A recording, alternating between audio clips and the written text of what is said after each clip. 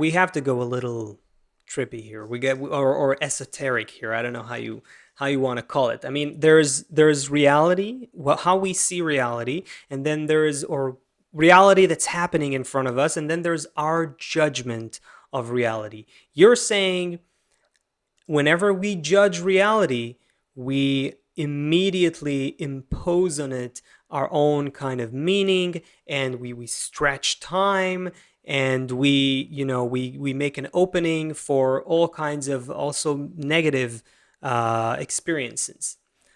Okay, so I don't want to paint all kinds of teachings in a broad strokes, but to be very very oversimplifying things in general, Eastern teachings, that's what they'll tell you. They'll tell you, no, reduce your judgment on reality, become more like an animal or a plant or a rock with respect to the rest of the surrounding reality, restrict your ego basically, or try to squash it or suppress it, or eliminate it, ignore it, Well, then avoid I did it a little bit you know for a few years. It's not just to squash it. You just let the thoughts come and let the thoughts go. You right, you and you're don't you, just you don't have any attachment to any of it, anything. exactly. Okay, so that's one. Let's not get deep into all the different I'm not an expert in the Eastern methods at all. variations of them and all that. But in general, that's one approach. That's one approach, which is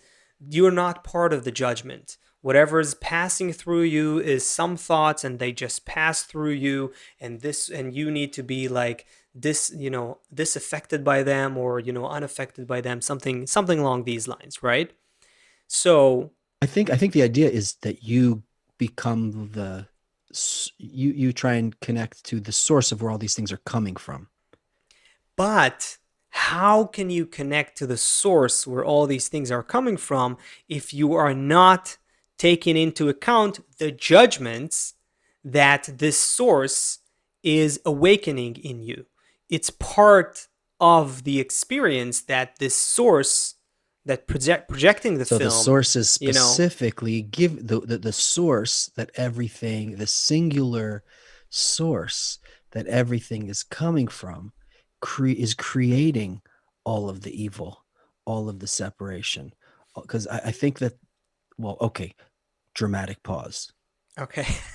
Because I didn't hear a gasp in the room. um,